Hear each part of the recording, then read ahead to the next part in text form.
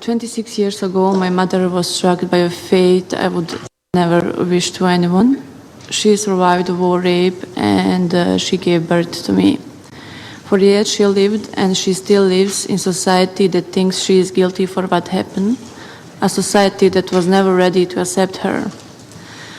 Sometimes I'm really angry on society, wondering why they rejected my mother or why they leave her all alone. But after some times I realized that looking for who to blame is not the answer. I spent nights thinking about my father. I made so many scenarios in my mind, but just not the one where I was born as a result of war rape. I learned that I came to this world as a result of the worst and most aggravated crime against the human body. In my country, Nigeria, 1 in 4 girls have to endure sexual violence before they turn 18. Also, girls as young as 10 are still given as brides to men more than 4 times their age, while incidents of female genital mutilation remain prevalent. Despite this tragedy and continuing injustice, the culture of silence regarding discussions about sex remain largely a taboo, and disclosures about sexual-based violence remain painfully low, more girls becoming vulnerable prey because of this silence. The past 10 years have been more concerted action to combat this scourge than the rest of human history combined. Indeed, the past decade saw a dramatic paradigm shift that heralded a new consciousness and a new consensus about the gravity of conflict-related sexual violence as an international crime. What had long been dismissed as inevitable is now understood as preventable. What had once been deemed collateral or cultural is today condemned as criminal. We are calling for an end of rape and the rape culture that permeates our society. We know that rape, and Pramila has highlighted that, is rooted in a complex set of beliefs, power relations, and control. Dominant norms of masculinity assume that men's sexual entitlement is a given, and they create an expectation that men can control and coerce women, particularly in relation to sex. We also have seen jokes about women and even about rape being tolerated, with many being bystanders and missing an opportunity to intervene and to end the trivialization of this pain that women and girls suffer. This next 10 years, the decade of action that must complete the implementation to the extent that we can of the SDGs, has to be about fixing this issue as well. And to talk a little bit more about this, our correspondent in New York, Sherwin Bryce-Pease, joins us. Sherwin, so very alarming figures, 1 in 3 women and children experiencing some form of abuse or violence. But tell us, what does Orange the World exactly mean? Well, I'll tell you that in a second, Tsepiso. Of course, the executive director of UN Women was last year named the World Bank's Apolitical Initiative as among the top 20 most influential people on gender policy. It's always good to be in conversation with South Africa's very own Dr. Phumzile Mlambo-Ngcuka. And before I ask you my first question, Tsepiso wanted to know why we're all in orange. What's this orange about, Madam Executive Director? Well, we use these 16 days to highlight the issue of rape, of violence against women, of cultural practices that harm women, and orange is a bright color. We are trying to shine a spotlight in a way that will make people notice, why is Sherwin wearing an orange scarf? It's all about highlighting the issue during the 16 days, but working on the issue for 365. That is very important. Dr. Mlambo-Ngcuka, you have dubbed this generation, those watching at home, those activists in the street, the people that are responsible for gender policy and legislation on this question, generation equality.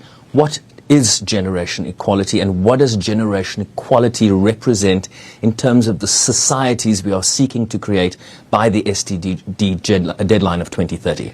I think for South Africans, they can think about the Soweto generation, the 1976 generation, which was a game changer. After that, South Africa was never the same. We had ups and downs, but we were on a path.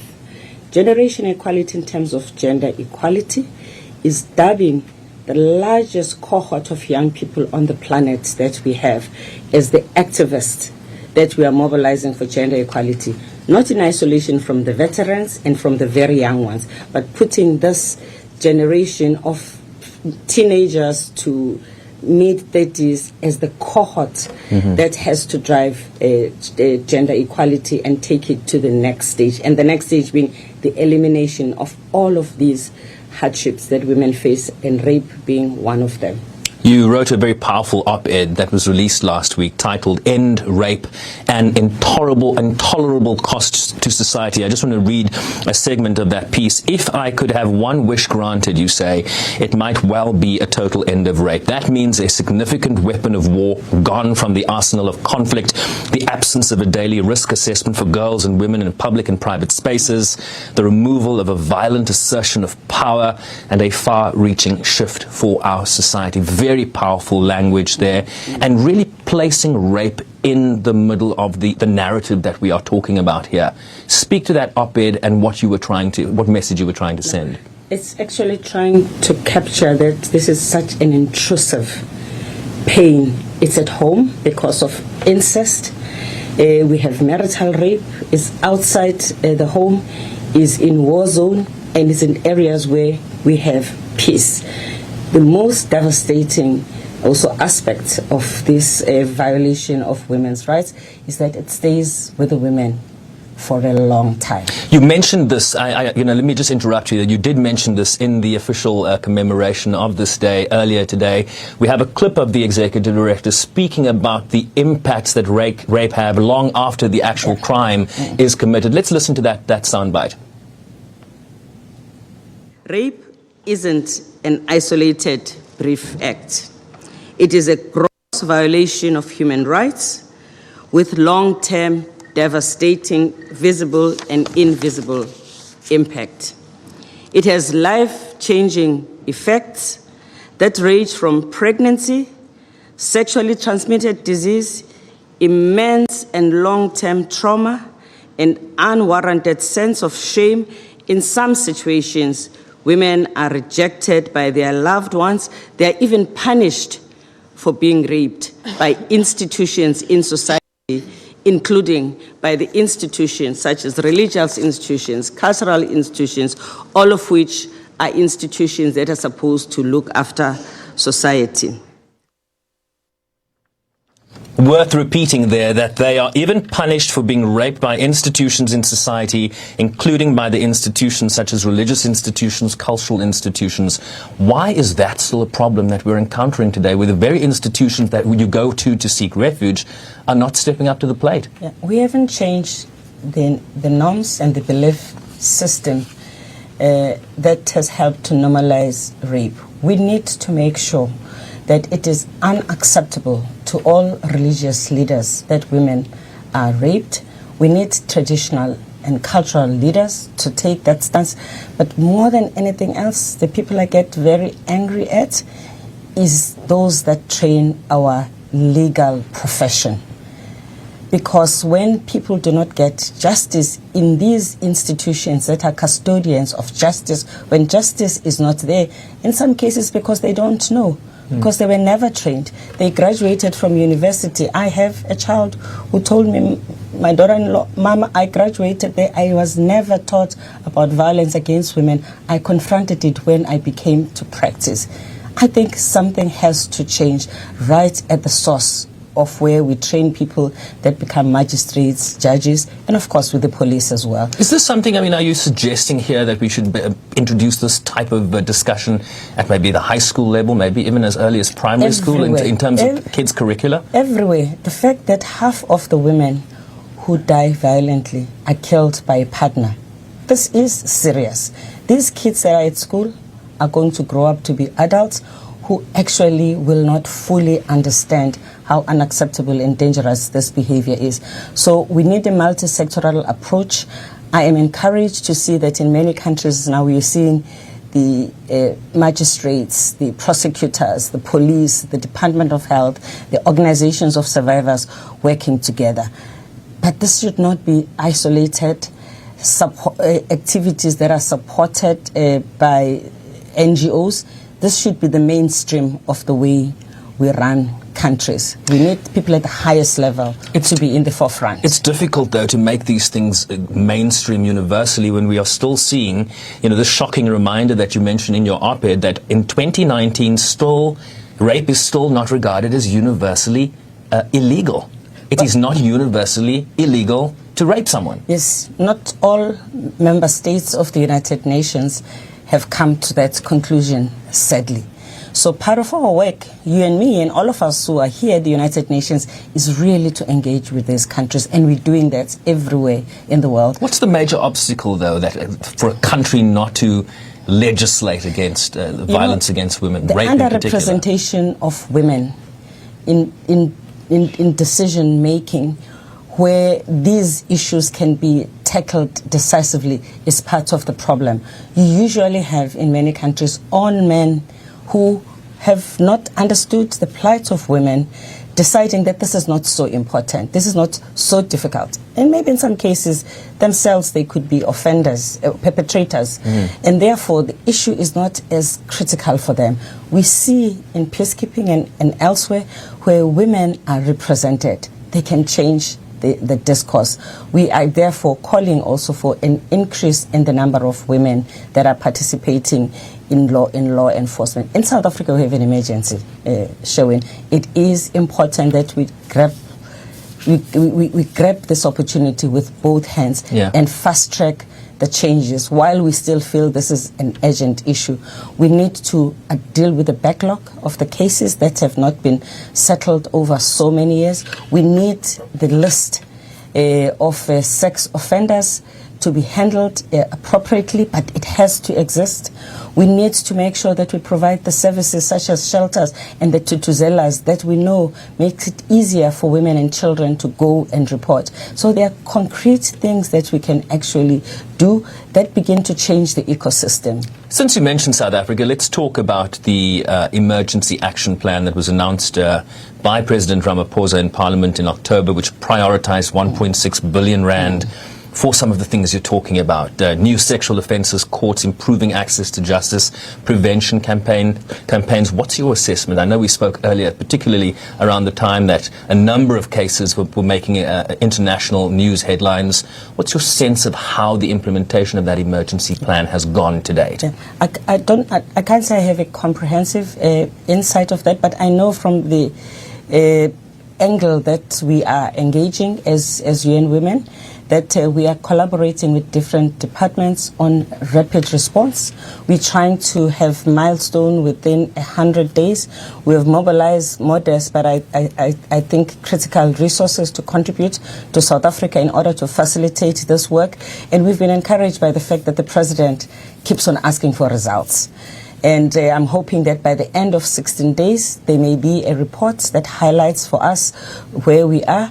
And those districts that are listed as the ones that have the highest cases of violence against women, femicide and rape are being used as the areas where we can actually fast track the implementation of the changes that are highlighted in the emergency. I am desperately looking forward to the success of this emergency so that it gives us even some early indications of what works and how we can succeed if we are collaborating and if we are also we treat it as an emergency. Right.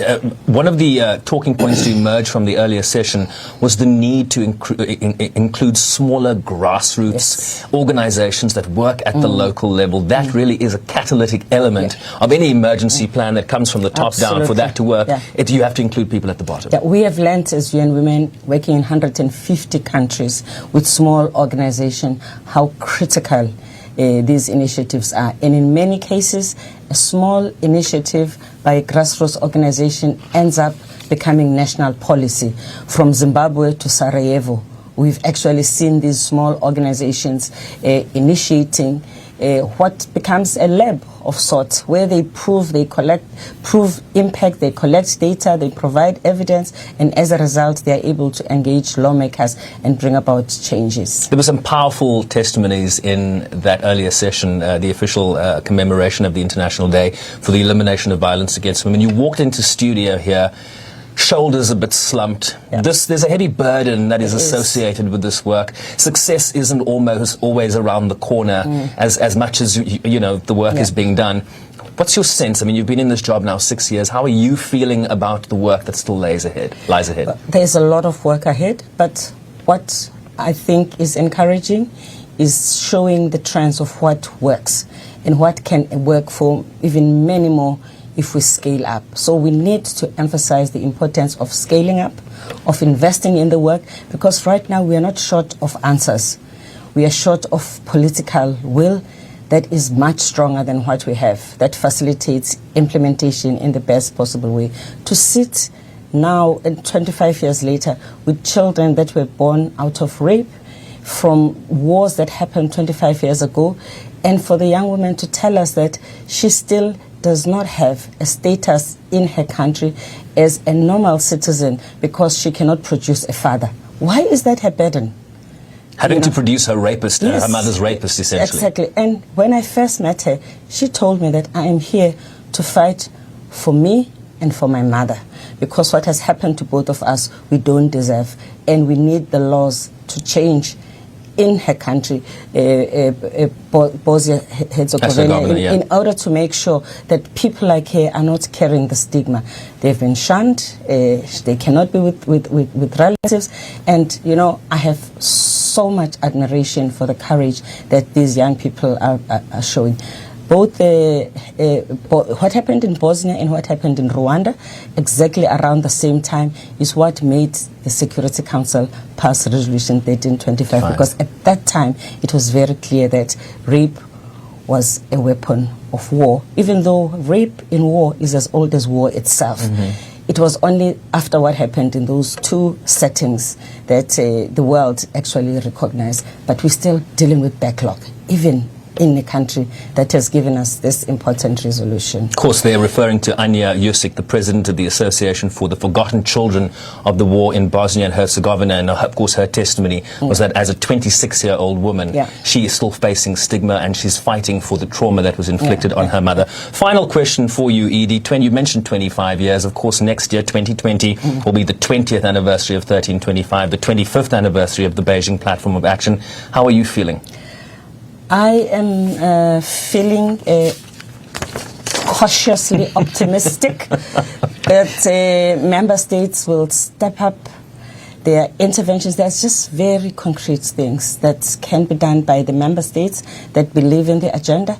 The representation of women in their teams that are dealing with conflict.